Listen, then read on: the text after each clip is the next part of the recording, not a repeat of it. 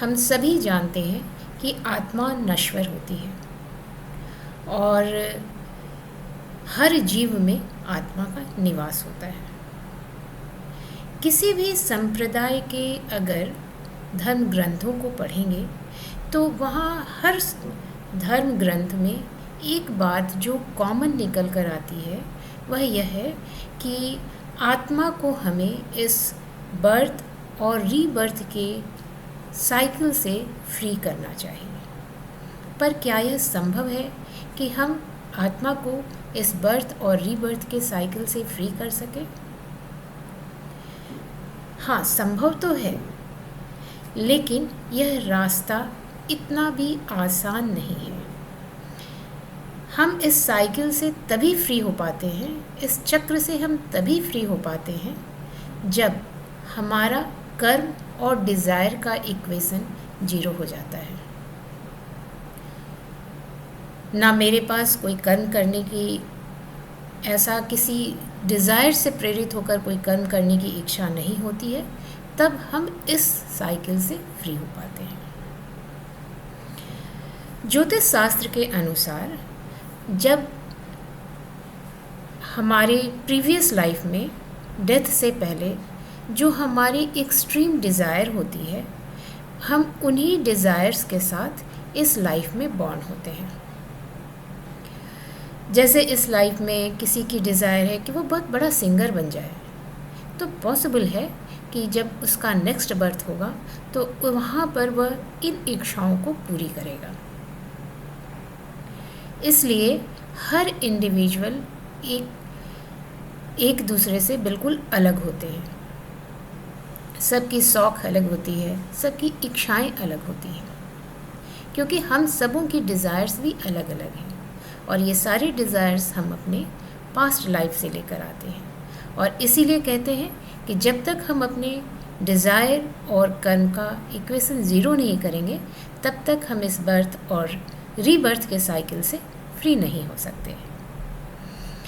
तो ये हमें कैसे पता चलेगा कि हमारे इस सोल की डिज़ायर क्या थी और हम किस कारण से हम अपने किस डिज़ायर को पूरी करने के लिए आए हैं इस लाइफ में। ज्योतिष में एक सूत्र है जो महर्षि जेमिनी ने दिए हैं, जिसमें हम आत्मा कारक प्लैनेट की बात करते हैं। अब अगर शब्दों को भी ध्यान से देखेंगे तो आत्मा और कारक अर्थात आत्मा का सिग्निफिकेटर, आत्मा कारक प्लैनेट हमारे हॉरोस्कोप का या आप सबसे इम्पॉर्टेंट प्लैनेट होता है, या आप कह सकते हैं कि यह एक तरह से किंग की तरह एक्ट करता है। इसके इर्द गिर्द ही हमारी सोच होती है और दूसरे प्लैनेट भी उसी के अकॉर्डिंग काम करते हैं। अब यह आत्मा कारक प्लैनेट क्या है? यह जानना बहुत ही आसान है कि आत्मा कारक प्लैनेट क्या है। वैसे आत्मा कारक प्लैनेट 2 होते हैं, एक स्थिर आत्मा कारक प्लैनेट और दूसरा चर आत्मा कारक प्लैनेट। स्थिर आत्मा कारक प्लैनेट सन को माना गया है। वैदिक ज्योतिष में सन को हम आत्मा कारक प्लैनेट भी कहते हैं। और चर आत्मा कारक प्लैनेट हर एक इंडिविजुअल के लिए अलग अलग हो सकते हैं। यह डिपेंड करता है कि हर एक हॉरोस्कोप के ऊपर डिपेंड करता है कि कौन सा प्लैनेट उनका चर आत्मा कारक प्लैनेट बना है। अब हम आत्मा कारक प्लैनेट अपने हॉरोस्कोप में किस तरह से ढूंढ सकते हैं? बहुत ही सिंपल सा इसका मेथड है और ये आप अपने हॉरोस्कोप में एक बार खोलें और देखें कि आपका आत्मा कारक प्लैनेट कौन सा है। करना आपको सिर्फ यही है कि आपके जो हमारे मेन 9 ग्रह हैं, जिसमें कि हम 2 ग्रह हमारे राहु और केतु छाया ग्रह हैं, तो हमारे जो ओरिजिनल 7 प्लैनेट्स हैं प्लस राहु, हम केतु को इसमें इंक्लूड नहीं करते हैं। तो ऑल टुगेदर हमारे पास 8 प्लैनेट्स हैं। अब इन 8 प्लैनेट्स में सबसे ज़्यादा डिग्री जिसकी होगी वही हमारा आत्मा कारक प्लैनेट बनता है। राहु, जैसा कि आप सभी जानते हैं कि ये रेट्रोग्रेड प्लैनेट है, इसलिए राहु को जब हम कैलकुलेट करेंगे तो हमें 30 डिग्री में से जो राहु की डिग्री है उसको माइनस करना चाहिए, और जो हमारे पास रिमाइंडर आएगा वह हमारे राहु का एक्चुअल डिग्री होगा। अब यह रिमाइंडर पार्ट जो राहु के साथ है, अगर वह इन सभी प्लैनेट में सबसे ज़्यादा है तब राहु आपका आत्मा कारक प्लैनेट बन सकता है। तो ये हो गई हमारी आत्मा कारक प्लैनेट कैसे हम पहचानते हैं, ये आपने समझ लिया।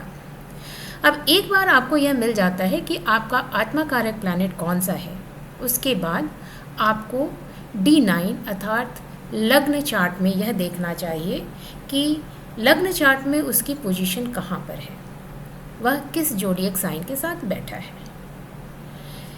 जिस भी जोडियक साइन के साथ हमारा आत्मा कारक प्लैनेट बैठेगा वह जोडियक साइन हमारा कारकामसा कहलाता है। अगर कारकामसा और D9 का लग्न चार्ट, जिसे हम लग्नामसा भी कहते हैं, इन दोनों के बीच में किसी तरह का संबंध हो तो यह एक बहुत ही अच्छी स्थिति है। यहाँ पर आत्मा कारक स्ट्रॉन्ग है क्योंकि उसको लग्न का भी सपोर्ट है। यह संबंध किसी भी तरह से हो सकता है, आस्पेक्ट से हो सकता है, या लग्नामसा कारकामसा एक साथ बैठे हों, या राशि परिवर्तन हो, आस्पेक्ट हो, किसी भी तरह से ये संबंध हो सकता है। अगर इस तरह के कोई भी संबंध बनते हैं तो इसका मतलब है कि हमारा कारकामसा स्ट्रॉन्ग है, आत्मा कारक प्लैनेट स्ट्रॉन्ग है। अगर आत्मा कारक प्लैनेट स्ट्रॉन्ग है, इसका मतलब है कि इस लाइफ में जो हमारे सोल की जर्नी है उसको हम कंप्लीट कर सकेंगे। अब आपने यह देख लिया कि लग्नेश और कारकामसा दोनों का संबंध है। उसके बाद हमें यह देखना चाहिए कि क्या हमारा जो आत्मा कारक प्लैनेट है उसका 5th और 9th हाउस के साथ भी किसी तरह का रिलेशन बन रहा है। अगर हमारे 5th और 9th हाउस के साथ हमारे आत्मा कारक का प्लैनेट का रिलेशन बनता है तो यह और भी अच्छी चीज़ है, क्योंकि हमारा 5th और 9th हाउस धर्म स्थान है और यह हमें स्पिरिचुअल जर्नी के लिए अच्छा पुश मिलेगा। यहाँ से हमें इन हाउसेस से सपोर्ट भी मिलेगा। तो ये बेसिक हो गई कि हमें यहाँ तक अभी हमने जाना कि आत्मा कारक प्लैनेट क्या है और आत्मा कारक प्लैनेट का किस तरह का संबंध होना चाहिए। अभी हमने ये जाना कि सन एक स्थिर आत्मा कारक प्लैनेट है और इसके बाद हमारे ये 8 आत्मा कारक प्लैनेट्स हैं जिसको कि हम काउंट करते हैं। अब हर एक इंसान का आत्मा कारक प्लैनेट अलग अलग होगा, क्योंकि हम सबकी डिज़ायर्स भी तो अलग अलग होती हैं। जो भी हमारा आत्मा कारक प्लैनेट है वो हमारे पास्ट लाइफ के स्ट्रॉन्ग डिज़ायर को बता रहा है। तो अब हम यहाँ 1 बाय 1 देखेंगे कि किन आत्मा कारक से हमें किस तरह की जो हमारा प्लैनेट आत्मा कारक बना है वह हमें किस तरह की सोच देता है और हमारी क्या डिज़ायर उस फील्ड में या उस फील्ड से रिलेटेड है। सबसे पहले हम सन को लेते हैं। सन वैसे हमारा स्थिर आत्मा कारक प्लैनेट भी है और अगर किसी हॉरोस्कोप में यह चर आत्मा कारक प्लैनेट भी बनता है तो ऐसे में देखेंगे कि उस इंसान को, उस जातक को पावर, फेम और सक्सेस, इन 3 चीज़ों में बहुत इंटरेस्ट होता है। वैसे सन का आत्मा कारक बनना यह हमें स्पिरिचुअल जर्नी के लिए भी बहुत ही अच्छा है। ऐसे लोग का स्पिरिचुअल ग्रोथ बहुत ही अच्छा होता है। लेकिन अगर सन आपका आत्मा कारक प्लैनेट है तो यहाँ पर हमें एक चीज़ का ध्यान रखना चाहिए। ऐसे लोगों के अंदर में ईगो थोड़ा ज़्यादा होता है और सबसे पहले इनको अपने ईगो को अपने अंदर से बाहर निकालना चाहिए। अगर आपने अपने ईगो को अपने से बाहर कर दिया तो डेफिनेटली आपकी यह जर्नी काफ़ी अच्छी होगी। मून, मून अगर आपका आत्मा कारक प्लैनेट है तो ऐसे लोग बहुत ही इमोशनल होते हैं। इनके अंदर में दया, सहिष्णुता, ये सारी भावनाएं बहुत स्ट्रांग होती हैं। ये किसी पर भी बहुत ही जल्दी विश्वास कर लेते हैं और इस कारण से इनको लाइफ में कई बार बहुत धोखे भी मिलते हैं। ऐसे लोग कई बार अपनी सोल जर्नी में उलझ जाते हैं, इसलिए इनको सही और गलत में पहचान करने की कोशिश करनी चाहिए। जिस इंसान के साथ वो बात कर रहे हैं वो कितना सही है, वो कितना फ़ायदा उठा रहा है, इन सभी चीज़ों पर थोड़ा विशेष ध्यान रखना चाहिए, क्योंकि कई बार चीटिंग होने से ये लोग इतने आहत हो जाते हैं कि अपनी जर्नी से दूर हो जाते हैं। तो जिनका भी मून आत्मा कारक प्लैनेट है उनको अपने सौम्य व्यवहार और विचारों के कारण थोड़ी स्पिरिचुअल जर्नी में बहुत सारी प्रॉब्लम आ सकती है। स्पेशली अगर मून आपके हॉरोस्कोप में एफ्लिक्टेड है तो यह डेफिनेटली आपको ट्रबल दे सकता है। मार्स, अगर मार्स आपका आत्मा कारक प्लैनेट बनता है तो ऐसे में इन लोगों में अग्रेशन ज़्यादा होता है। हमेशा इनको किसी चीज़ को भी जीतने की, पाने की इच्छा रहती है। एक्चुअली मार्स अगर आपका आत्मा कारक प्लैनेट है तो आपको इस हार और जीत के चक्रव्यूह से बाहर निकलकर सोचना चाहिए। अगर बाहर निकलकर नहीं सोचेंगे तो आप कभी भी सही ढंग से ग्रोथ नहीं कर पाएंगे और पॉसिबल है कि अपनी प्रीवियस लाइफ के डिज़ायर को फुलफ़िल करते करते आप इस क्रम में बहुत सारी डिज़ायर्स और क्रिएट कर देंगे। इसलिए सबसे पहले इनको अपने अग्रेशन पर कंट्रोल करना चाहिए और फिर आगे की जर्नी के लिए सोचना चाहिए। हार और जीत जैसी चीज़ों से इन्हें दूर रहना चाहिए। मरकरी अगर आपका आत्मा कारक प्लैनेट है तो यह शो करता है कि आपके अंदर इंटेलेक्ट काफ़ी अच्छी है, आपको नॉलेज काफ़ी अच्छी है। पास्ट लाइफ में भी आपको ये पाने की इच्छा बहुत ज़्यादा थी, इसके लिए आपने हार्ड वर्क किया था और इस लाइफ में उसको आप पाकर अपने नॉलेज के माध्यम से, अपने इंटेलेक्ट के माध्यम से अपने लिए फेम हासिल करना चाहते हैं। मरकरी जब आत्मा कारक प्लैनेट बनता है तो ऐसे लोगों को दो चीज़ का ध्यान रखना चाहिए। पहला तो यह कि जब वो बात करते हैं तो उसमें उन्हें विनम्रता रखनी चाहिए और दूसरा कि झूठ से दूर रहना चाहिए। वीनस यदि आपका आत्मा कारक प्लैनेट है तो ऐसे लोगों को लग्जरी और लाइफ में हर चीज़ कंफर्ट बहुत ज़्यादा पसंद होता है। वो एक्चुअली इस लाइफ को पूरी तरह से एंजॉय करना चाहते हैं। पॉसिबल है कि प्रीवियस लाइफ में उनकी यह इच्छा रही थी कि उनके पास बहुत सारे धन हो और वो अपनी लाइफ को फुल्ली कंप्लीटली एंजॉय करें और इसलिए उनको ये सारी चीज़ें अपने लाइफ में मिलती हैं। यहाँ पर पॉसिबल एक और पॉसिबिलिटी होती है कि आपके अंदर कुछ फाइन आर्ट्स होगा जिसके थ्रू आप अर्न कर सकते हैं, या ऐसा भी संभव है कि पिछले लाइफ में आपको इन फाइन आर्ट्स में से किसी एक चीज़ में बहुत ज़्यादा इंटरेस्ट था और इससे आप अपने आप को आगे, इस चीज़ को आगे लेकर लाइफ में जाना चाहते थे और वो नहीं कर पाए, तो वो आप इस लाइफ में कंप्लीट करेंगे।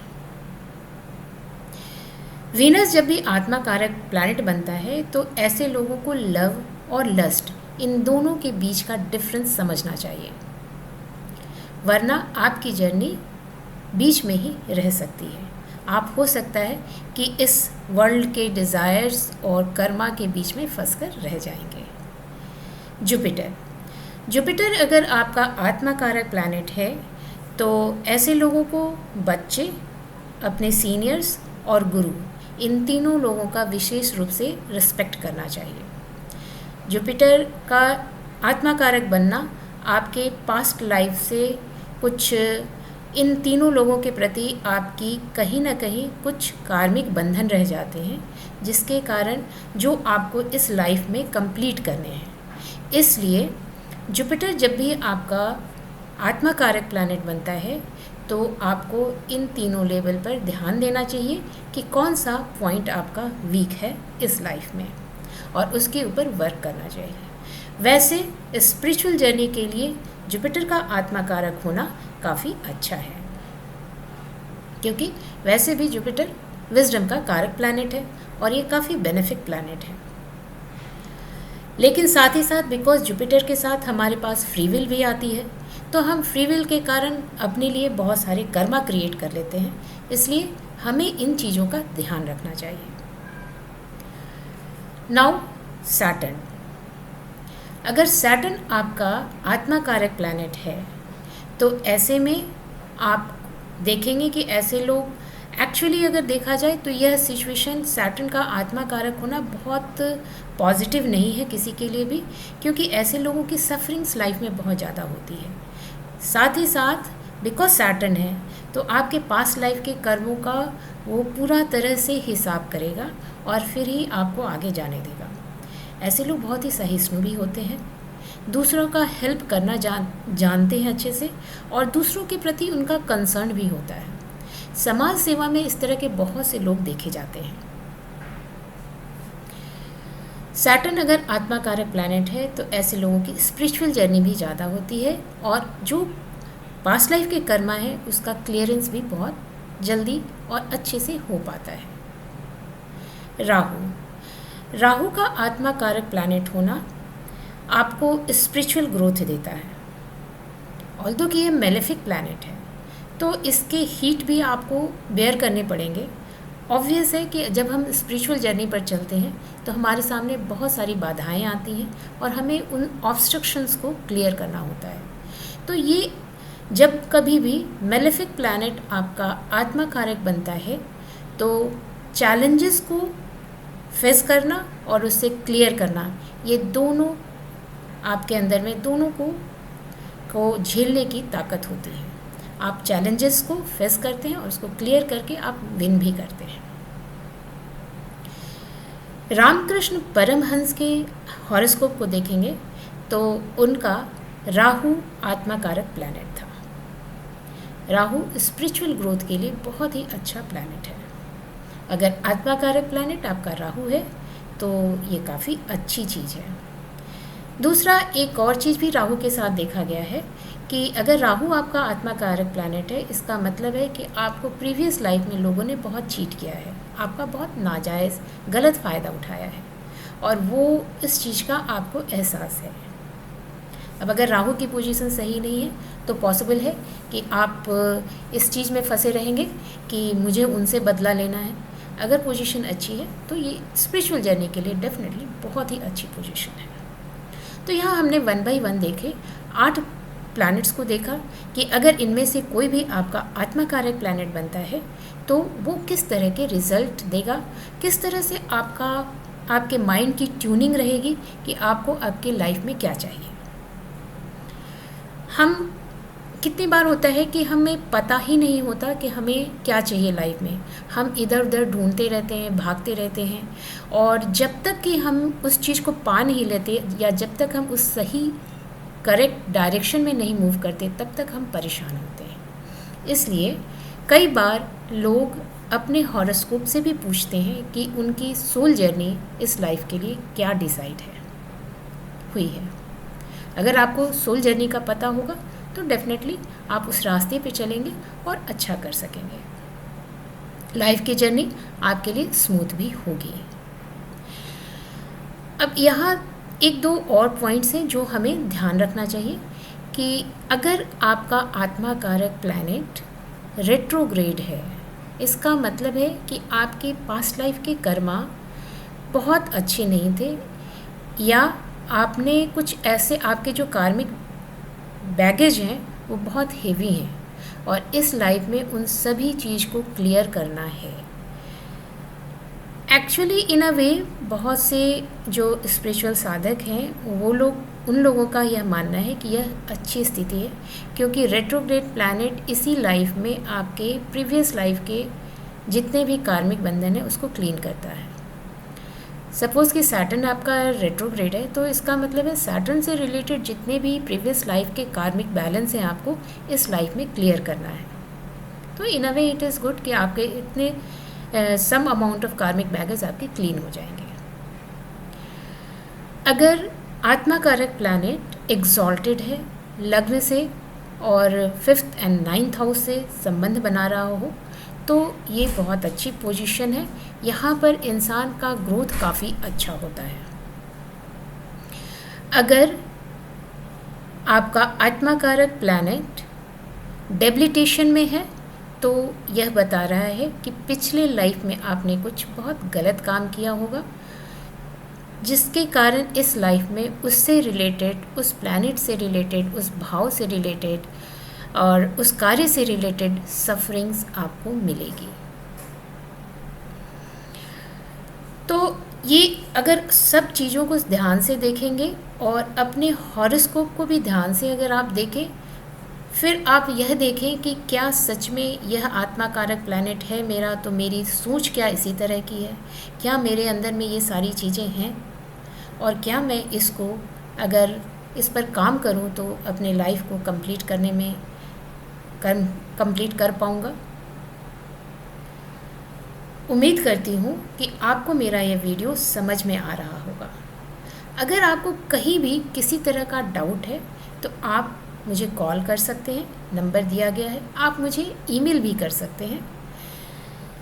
और अगर आप जानना चाहते हैं कि आपके लाइफ की सोल जर्नी क्या है तो आप मुझे कांटेक्ट भी कर सकते हैं। अब हम मिलते हैं अपने एक नए वीडियो के साथ और वहाँ हम किसी और टॉपिक पर बात करेंगे। तब तक के लिए धन्यवाद।